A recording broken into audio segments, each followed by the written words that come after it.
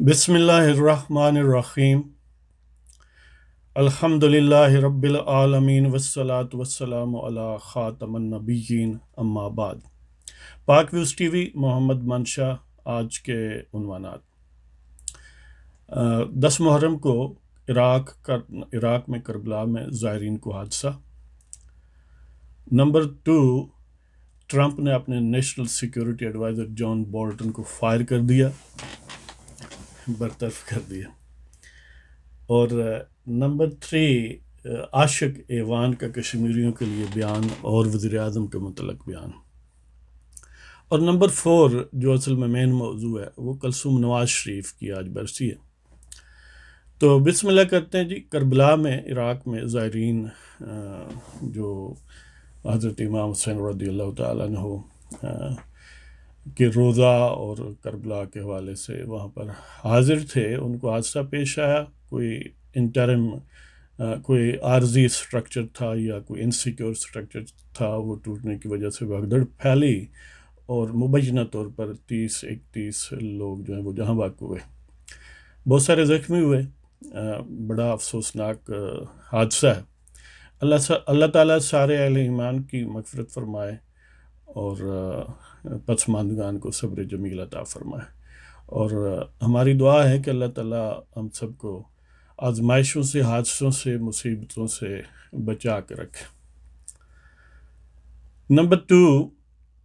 National security adviser to U S president John Bolton, جو کہ بڑا ہاکش سمجھا جاتا ہے،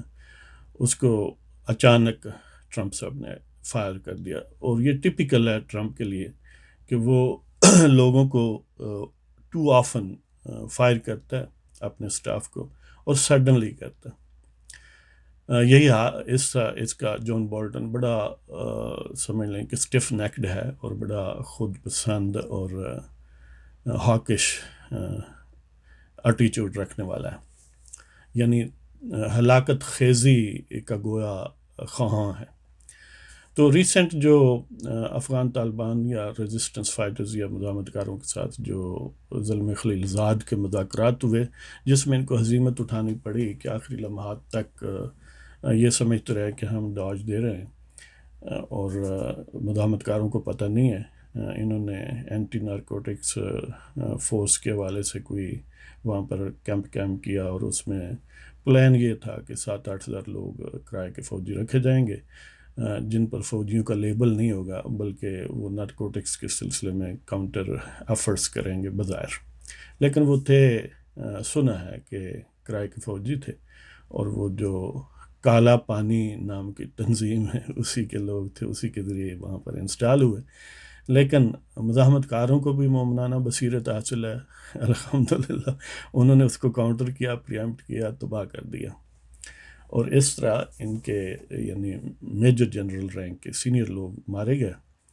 اور وہ کیمپ شمپ بھی تباہ ہو گیا۔ تو اس نے گویا ٹرمپ کو حواس باختہ کر دیا، اور وہ ایک نی جرک ریئیکشن کے طور پر اس نے حالانکہ جو بغیر خفیہ میٹنگ ہونی تھی کیمپ ڈیوڈ میں مزاحمت کاروں کے ساتھ سائننگ کی سیریمنی کے حوالے سے، اس کو بھی تجزیہ کر دیا، اور مذاکرات کو بظاہر کہا کہ اب یہ کینسل ہو گئے۔ لیکن جیسا کہ اس وقت ہم نے بھی اس گمان کا اظہار کیا، عام امریکی یا باقی لوگ بھی یہی سمجھتے ہیں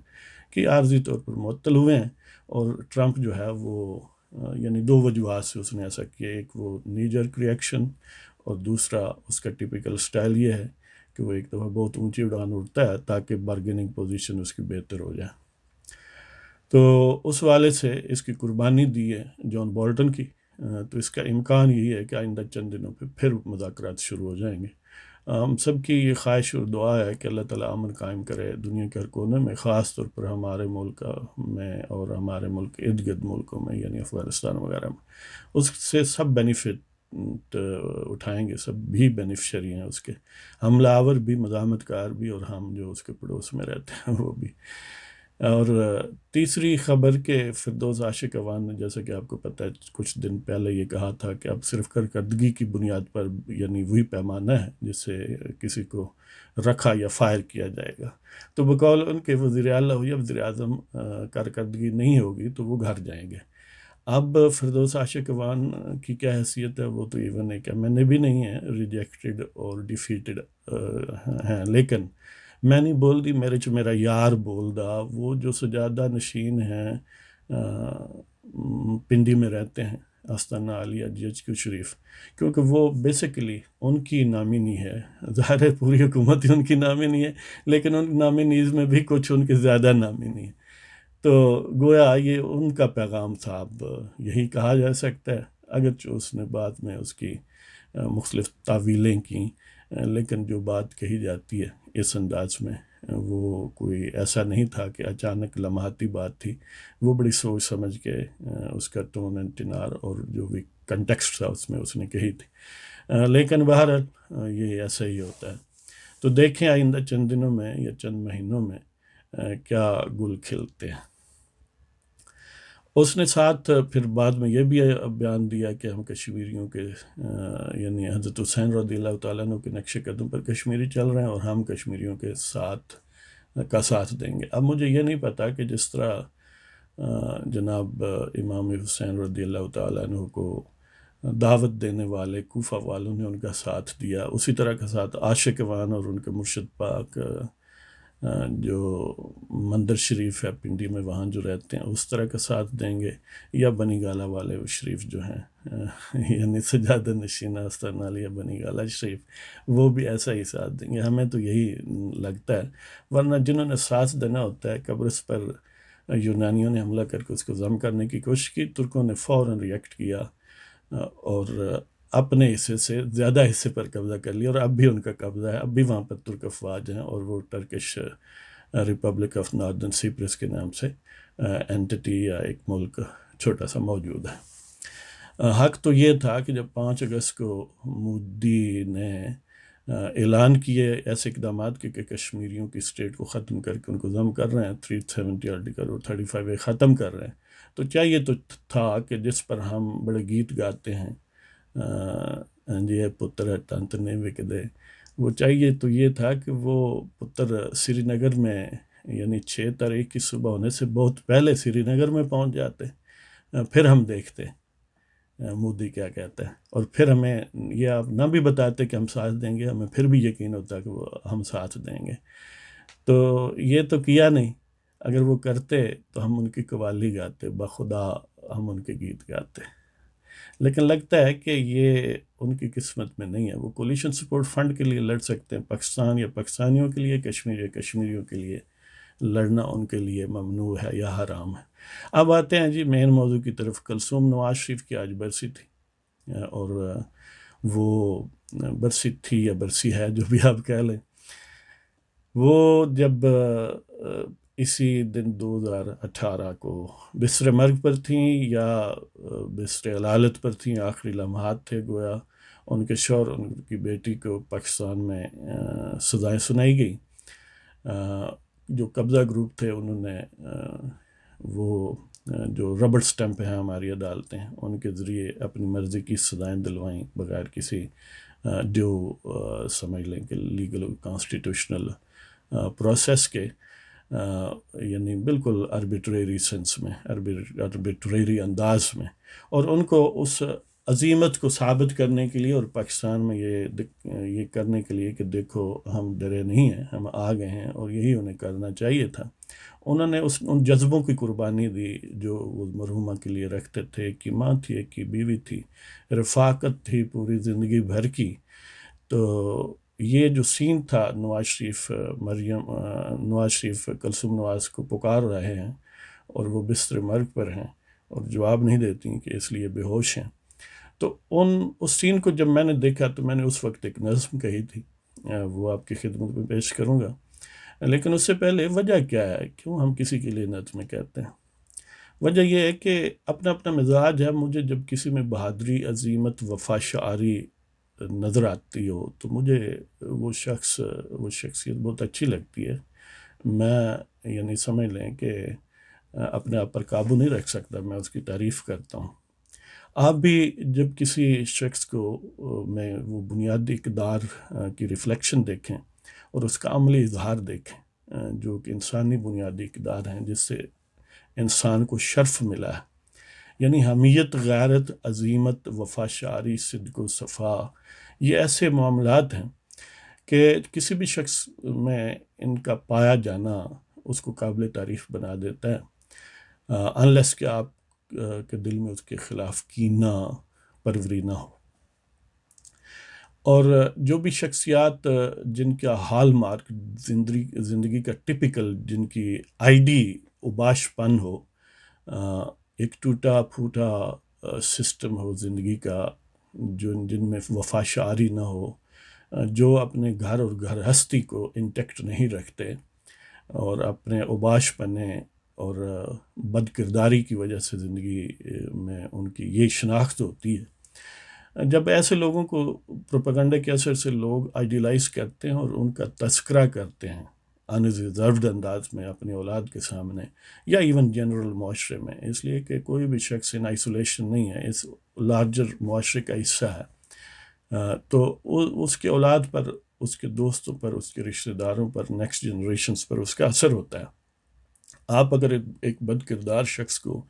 بہت اچھے انداز سے، اچھے الفاظ سے اپنی اولاد کے سامنے ذکر کریں گے تو وہ اس کی ان میں جذب ہوتی جائے گی، وہ شخصیت کا عکس ان میں نظر آئے گا، آپ میں وہ شخصیت کا عکس نظر آئے گا۔ تو یہ گویا آپ نے برائی کو نیکسٹ جنریشن میں منتقل کیا ہے، برائی کو دوام اس طرح ملتا ہے۔ جبکہ کنورسلی اگر آپ کسی میں اچھائی دیکھیں، بہادری دیکھیں، صدق و صفات دیکھیں، اپنے گھر کو انٹیکٹ رکھنے کا جذبہ دیکھیں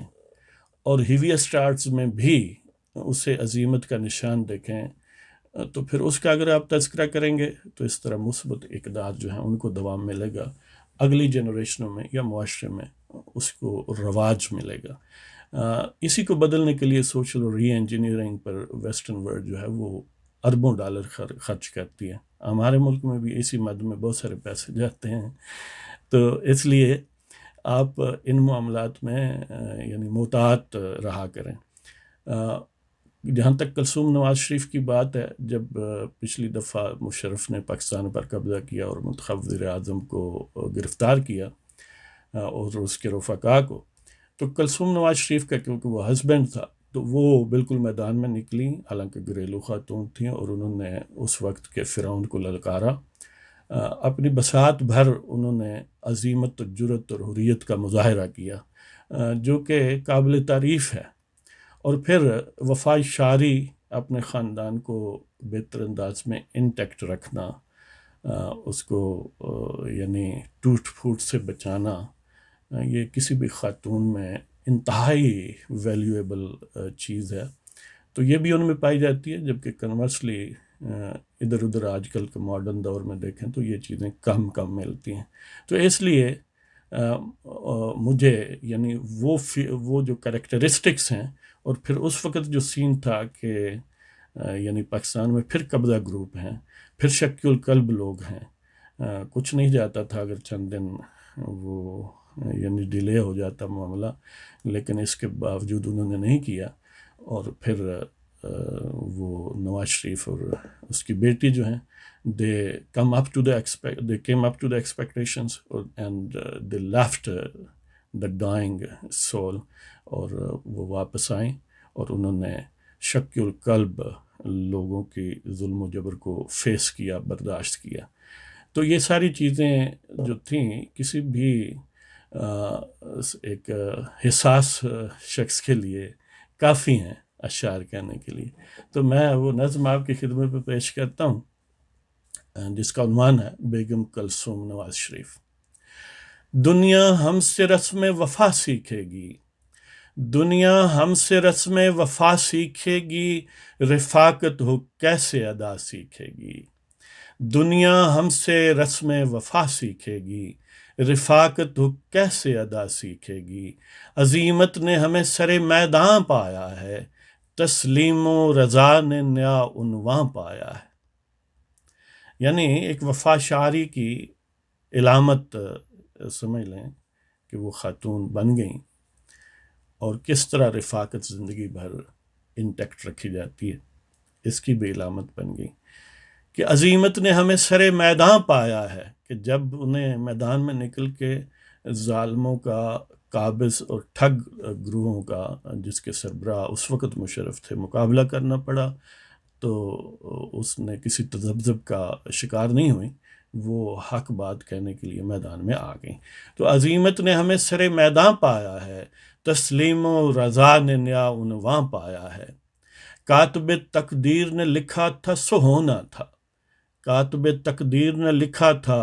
سو ہونا تھا، یوں جا کے عالم فرقت میں سونا تھا۔ یعنی اب یہ تقدیر میں، قسمت میں لکھا تھا کہ اس طرح جدا ہو کے کہیں فوت ہونا ہے، تو ظاہر ہے یہ ہونا تھا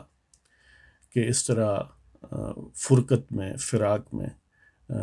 جو زندگی کے آخری سانس ہیں ان کو آنا تھا۔ تو کاتب تقدیر نے لکھا تھا سو ہونا تھا، یوں جا کے عالم فرقت میں سونا تھا، خواہش وصال تھی کہ اعادہ اظہار کرتے، بتاؤ تو صحیح کتنا اور تیرا انتظار کرتے۔ یعنی یہ لیٹنٹ خواہش ہوتی ہے نا ایسی صورت میں، ان میں بھی تھی کہ وہ وفا شاری کا، اپنے تعلق کا، اپنی کمٹمنٹ کا ان نازک لمحات میں بھی اظہار ہوتا، وہ زبان سے ہوتا، یعنی صرف جو سامنے جب آپ قریب ہوتے ہیں تو بذات خود کچھ انکہے انداز بھی ہوتے ہیں۔ تو کاتب تقدیر نے لکھا تھا سو ہونا تھا، یوں جا کے عالم فرقت میں سونا تھا، خواہش وصال تھی کہ اعادہ اظہار کرتے، بتاؤ تو صحیح کتنا اور تیرا انتظار کرتے۔ اب ظاہر ہے 10 سال تو انتظار ممکن نہیں تھا نا، اب جو ملک الموت ہے اس سے تو آنا ہے، اس سے تو جو حکم خداوندی ہے، تو اس لیے شکی القلب لوگوں کی قید و بند جو ہے اس کے ختم ہونے کا انتظار کر کے اور خواہش وصال کو مکمل کرنا ممکن نہیں تھا۔ تو خواہش وصال تھی کہ اعادہ اظہار کرتے، بتاؤ تو صحیح کتنا اور تیرا انتظار کرتے، تنہائی میں آنکھ نم ہوگی لب ہلیں گے، تنہائی میں آنکھ نم ہوگی لب ہلیں گے، تم تو ڈھونڈو گے نہ مگر ہم ملیں گے، تنہائی میں آنکھ نم ہوگی لب ہلیں گے، تم تو ڈھونڈو گے نہ مگر ہم ملیں گے، ہمارا کبھی کبھی دعا سے اطلاف کرنا۔ اب یہ مرحومہ کی گویا ایک شاعرانہ انداز میں ان کے جذبات جو وطن کے لیے ہیں، اہل وطن کے لیے ہیں، اس کا اظہار ہے اس آخری شعر میں کہ ہمارا کبھی کبھی دعا سے اطلاف کرنا، اہل وطن کہا سنا ہمیں معاف کرنا، ہمارا کبھی کبھی دعا سے اطلاف کرنا، یعنی دعاؤں میں ہمیں یاد کرنا، دعاؤں میں ہم سے ملاقات کرنا، دعاؤں سے ہمیں ملانا، ہمارا کبھی کبھی دعا سے اطلاف کرنا، اے اہل وطن کہا سنا ہمیں معاف کرنا، دنیا ہم سے رسم وفا سیکھے گی، رفاقت و کیسے ادا سیکھے گی، عظیمت نے ہمیں سر میدان پایا ہے، تسلیم و رضا نے نیا عنواں پایا ہے، کاتب تقدیر نے لکھا تھا سو ہونا تھا، یوں جا کے عالم فرقت میں سونا تھا، خواہش وصال تھی کہ اعادہ اظہار کرتے، بتاؤ تو صحیح کتنا اور تیرا انتظار کرتے، تنہائی میں آنکھ نم ہوگی لب ہلیں گے، تم تو ڈھونڈو گے نہ مگر ہم ملیں گے، ہمارا کبھی کبھی دعا سے اطلاف کرنا، اے اہل وطن کہا سنا ہمیں معاف کرنا۔ تو اس کے ساتھ ہی آپ کی اجازت چاہتا ہوں، انشاءاللہ ملاقات ہوتی رہے گی۔ پاکستان زندہ باد، پاکستانی عوام زندہ باد، کشمیر زندہ باد، کشمیری زندہ باد، وما علینا الا البلاغ المبین۔